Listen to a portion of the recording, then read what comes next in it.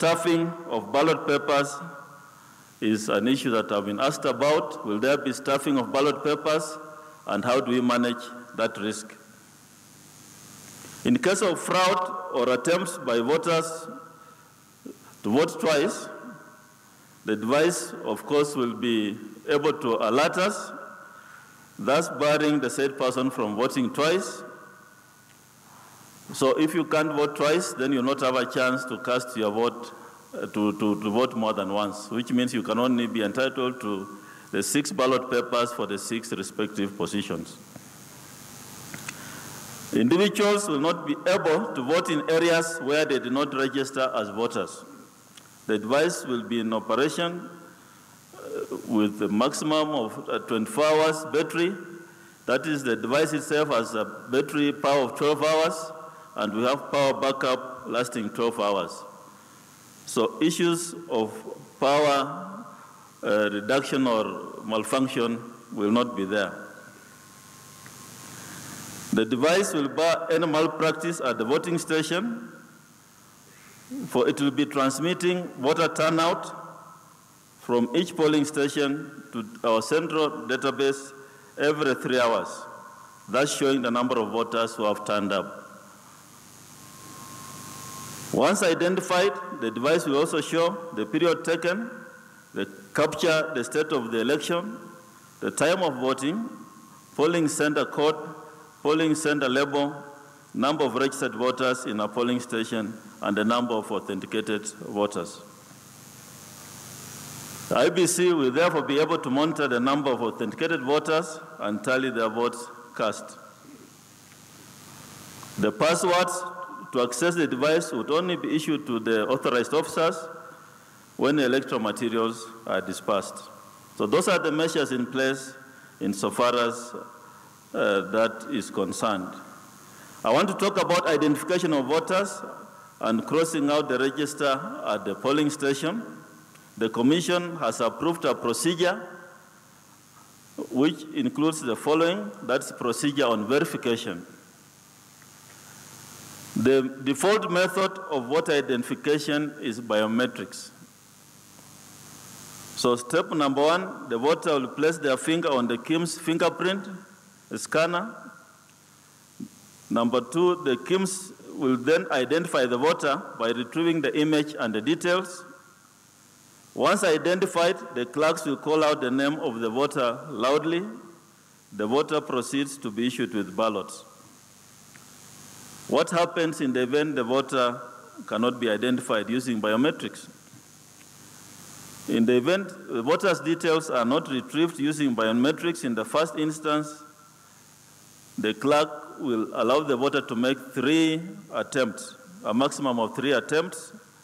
If the details are not retrieved in the 3rd attempt, the clerk will proceed to undertake an alphanumeric search using the ID of the voter, the name, date of birth, or by scanning the barcode on the identification document. That's an ID or passport.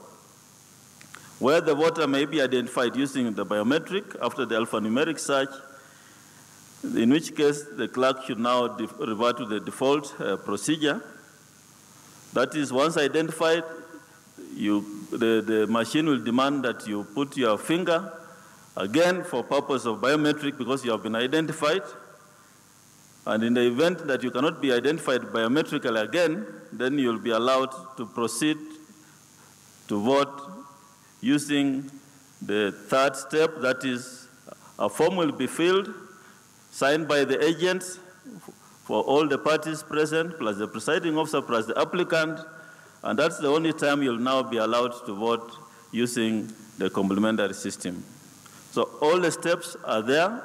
This will be published, and Kenyans will have a chance to prepare and be educated on how to proceed. A 3rd risk which I want to talk about is collusion that may occur, or what we have been told that can occur between political parties and ballot paper printers. We have been told that there's possibility of printing extra ballot papers. As we speak, our team is in Dubai accompanied by civil society, the media, representatives of presidential candidates, including NASA, and they have shared a packaging list of the 290 pallets of presidential ballot papers which will be transported from Dubai to Nairobi. That is, they have shared the packing list, which shows the 290 pallets, and will be dispatched here, and they'll be free also to view the same pallets when they do arrive in Nairobi. On arrival, a thorough monitoring unit and audit of all the ballot papers or ballots shall be conducted. We shall then conduct noting of ballot serial numbers at the national warehouse, at the constituency and polling stations, and reconcile them after voting. Political parties are required to post party agents in all the polling stations. As you are aware, there are rumors going around the social media that ballots can be forged. Today I want to assure you that the ballot papers which we have printed for this election are very advanced in features, and that will make it impossible to duplicate, and they are not prone to any form of ballot stuffing in view of the measures which I have outlined above. The other risk I want to talk about, which we have been told and have been told many times, is the risk of erroneous tabulation of results. In order to ensure transparency, and this is a solution which we have, in order to ensure transparency in the manner in which election results are managed, the IEBC has developed the election results management framework, which clarifies the procedure of results management at each step and provides comprehensive guide with respect to the process of managing results. The guidelines were published today in the newspapers. I saw page 17 of the Daily Nation, and we shall follow these guidelines to the letter for effective management of the results. The following measures have been put in place, and I just want to summarize because they have already been published. At the polling station, after tallying and announcing of the results at the polling station, the presiding officer, in the presence of party agents, shall key in the KIMS tablet the results captured in Form 34A, scan Form 34A using the KIMS tablet, confirm that the typed results and the scanned results are accurate and same, electronically transmit the results to the constituency tallying center and the national tallying center. Form 34A, which are results from polling stations, shall be made available on an online portal. And that will also mean it will be made available to the public. The media will have a link, and any Kenyan can access those results. The results, the returning officer at the constituency tallying center will receive all the Form 34As. He will collect the results from Form 34A and prepare Form 34B, announce the results of the presidential election in that constituency. And then he scans Form 34B and sends it to the National Tallying Center, which will be here at Bomas. So we have results at polling station which are final. We shall have results at constituency from the constituency tallying center, which are also final. And so when the results reach here at the National Tallying Center, we shall be receiving 290 Form 34Bs from the 290 constituencies for the presidential candidates. So we shall already be receiving final results here at the Bomas. So in accordance with the laws which we have, the Court of Appeal decision, the Commission has set in process the following processes. One, the scanned Form 34Bs from the constituency returning officer shall be received by our officers here. We have designated 2 officers to receive those forms. The forms shall be authenticated by the said officers in the presence of the chief agents of all the candidates. For purposes of authentication, the chief agents of the candidates for presidential candidates will be here at Bomas. Once authenticated, the forms will be serialized, the received form, and hand over the same to a collation team, and we shall have a team of 6 desks here for purposes of receiving results from the 47 counties. So the collation team will generate Form 34C, which is the final form for purposes of presidential results, and hand over the same to the validation team. The validation team verifies the Form 34C to ensure it's complete, accurate as far as the results from the 290 constituencies are concerned. And once verified, the Form 34C will be handed over to the chairman, who will use the same to declare the final results of presidential elections. We shall deploy a results management team to ensure correct tabulation of results. We shall also ensure concurrence with party agents to any results which are issued at all levels of the results announcements. And the whole idea is to have transparency and ensure that all parties involved will be satisfied with the results before transmission. One issue I want to talk about is the failure of integrated management system. What happens if the system fails? It is a system, first of all, is off-grid, is not connected at the polling station, so you can never have a situation where massive failure occurs. But if there's a failure, it will be in isolated cases. The Kenya Integrated Management System acquired will work at an optimum capacity as comprehensive training has been done to all our staff to avoid any issue of technology failure. KIM's devices were acquired having a dual SIM capacity, hence the ability to minimize downtimes occasioned by weak internet connectivity by automatically picking the strongest network available in a given location while transmitting results. The Commission has acquired a primary and secondary data center to mitigate the risk of systematic failures triggered by technological hitches while relaying results to the National Tallying Center. That is primary server. If it fails, secondary server kicks in on real time. And so we can never have a situation where systems stop. The Commission has invested a lot in redundancy in terms of back-end data processing.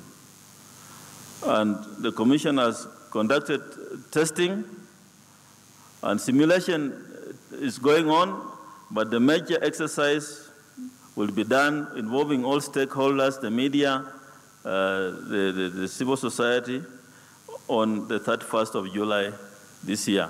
That's when we shall do a major testing, simulation test of the system for purposes of results transmission.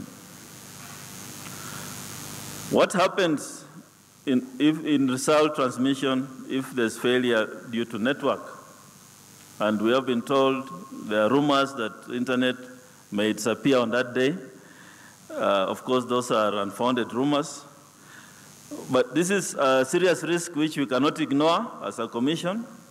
The Commission, together with the Communication Authority of Kenya and telecom companies, must work together and ensure that results transmission on election day happens without failure.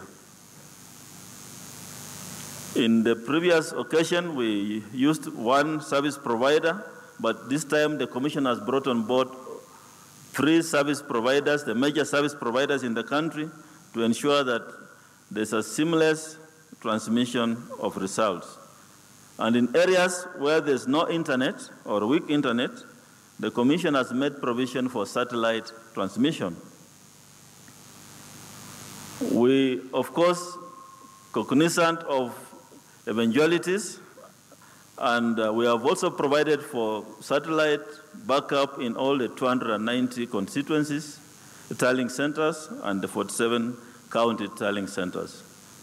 So all those measures have been taken. You are all aware of the Court of Appeal judgment that made changes in our system of results management. And in that regard, allow me to highlight a few areas that were affected, which I've already mentioned. One, that the Court of Appeal, and we agree with it, that the polling station is the true locus for the free exercise of the voters' will, and the results at the polling stations are final. So that these results at each polling station are counted, tabulated, and the outcome of that tabulation is announced without delay by the presiding officer. The electronic transmission of election results in a prescribed form is a critical way of safeguarding the accuracy of that outcome. And the Court of Appeal also emphasized that the aspect that is not mandatory for returning officers to come from the various constituencies, 290 constituencies, trooping to Nairobi, to the National Tallying Center to hand over hard copies of those results. And that's why we are saying the scanned results will come, and we shall deal with those scanned results after verifying.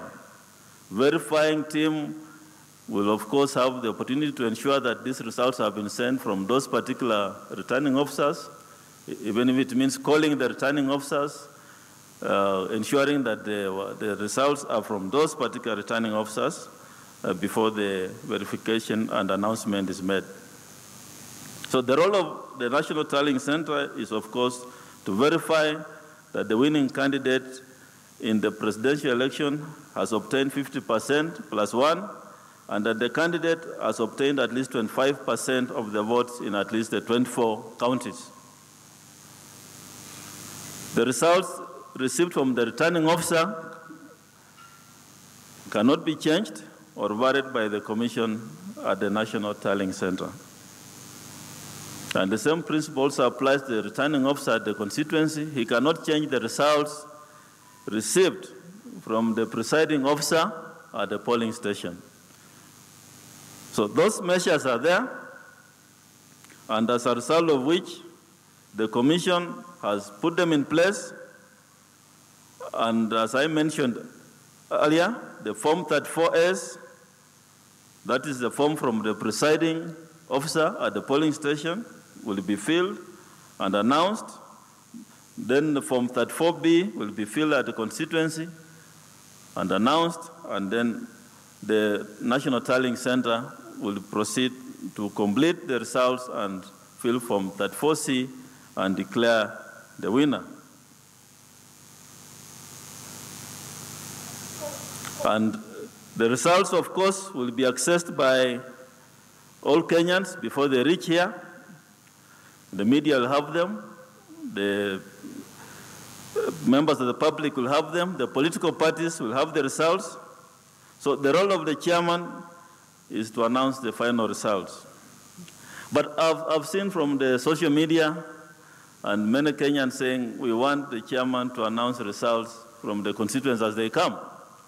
They'll already have been announced anyway, but if Kenyans say so, then we shall also announce them, but we shall merely be repeating what the media said and what the other actors already know. But that is the system in place, and that is just to ensure that there's transparency and that nothing is changed in that seamless process. I want to address the issue of which has come to my desk also, the hacking of IBC servers. There are many people who say, are you ready? There are people who can hack your system. As a commission, I'm alive to possibilities of cyber attacks on the IBC systems. We have put in place cybersecurity measures to safeguard the systems from hacking. We have engaged cybersecurity experts to ensure that we protect our systems from hacking by putting in place a parallel backup system, also known as hot site.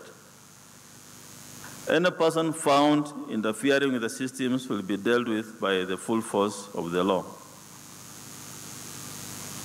Another issue that's crucial is security and order at polling stations. If there's disorder at polling stations, of course, it can have an impact on the type of outcome expected. If people are disturbed, voters are harassed, of course, we shall not have a proper outcome of what's expected to be a free and fair election.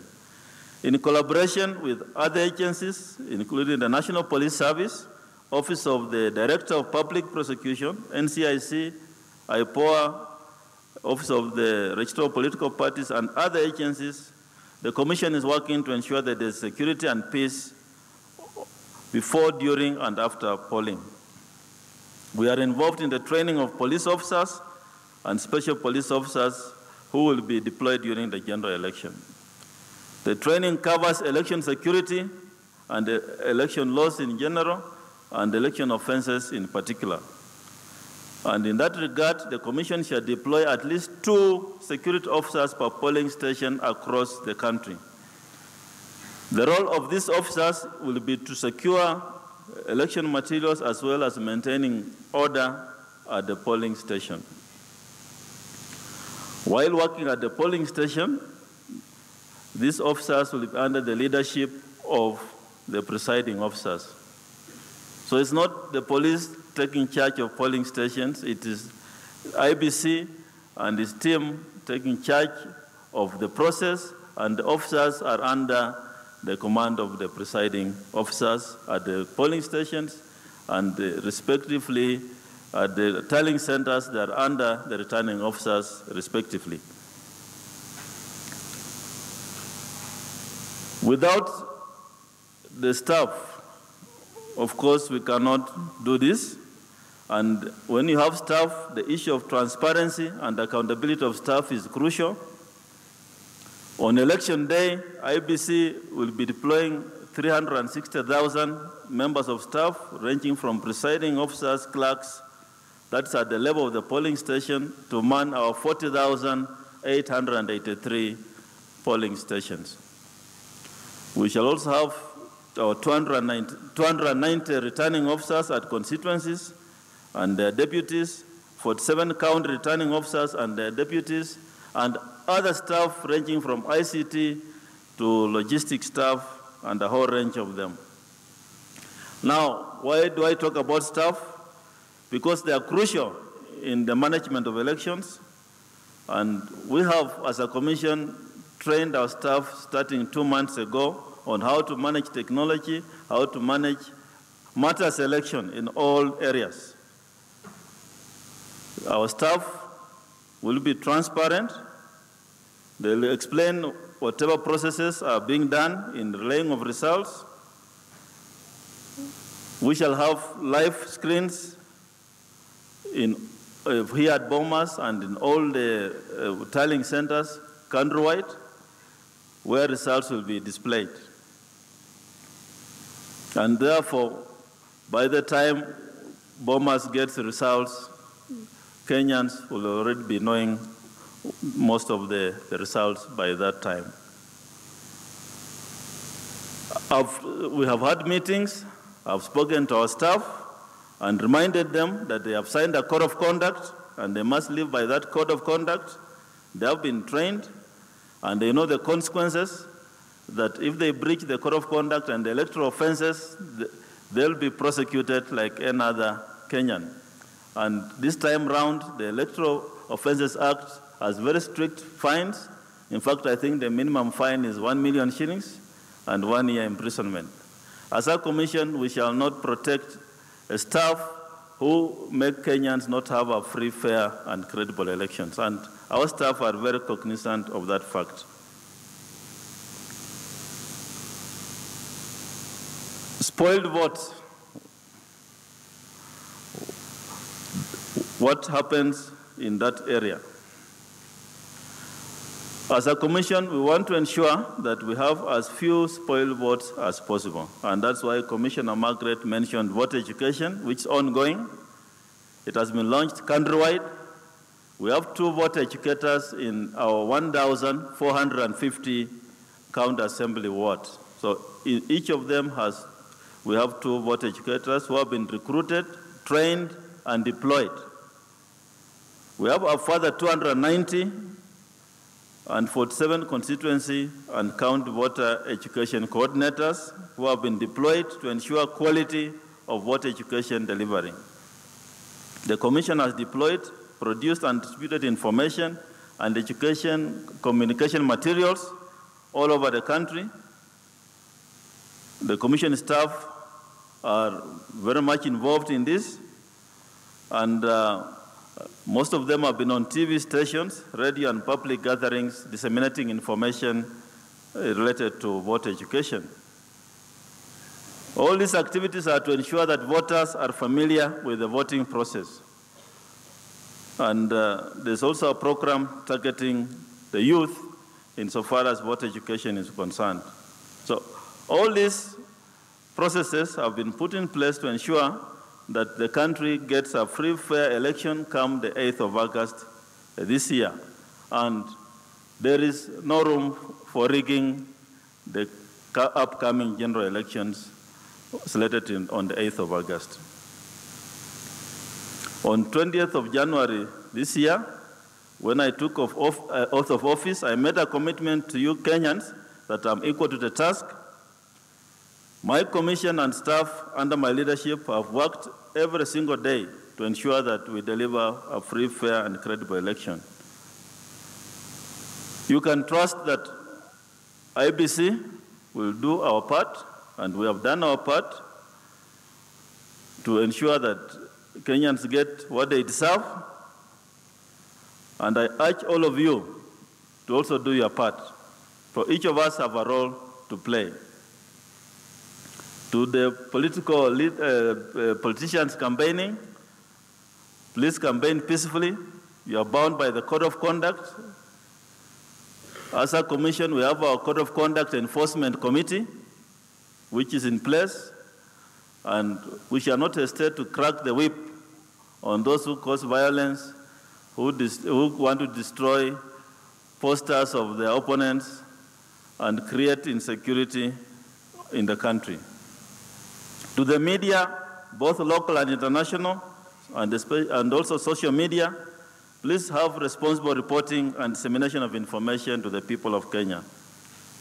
To the local and national observers and civil society, the church, we have engaged with you, and we appreciate your initiatives in taking concern and also sharing information, which IBC and my commission really appreciates.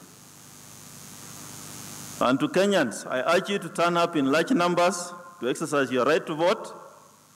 And in the words of Louis Amar, the American author, I quote, "To make democracy work, we must be a nation of participants, not simply observers." And after you have voted, I urge you, Kenyans, to maintain peace. Thank you very much. God bless you. And let's have a peaceful general election come the 8th of August this year, or Sunday.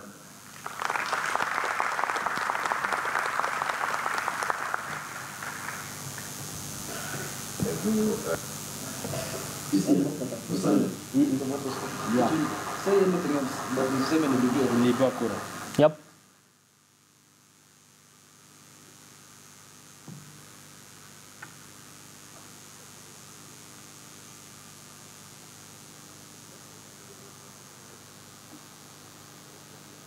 Well, there you go. That is the live proceedings that we have been waiting for since this morning by the IEBC chairman, Wafula Chebukati. He has been,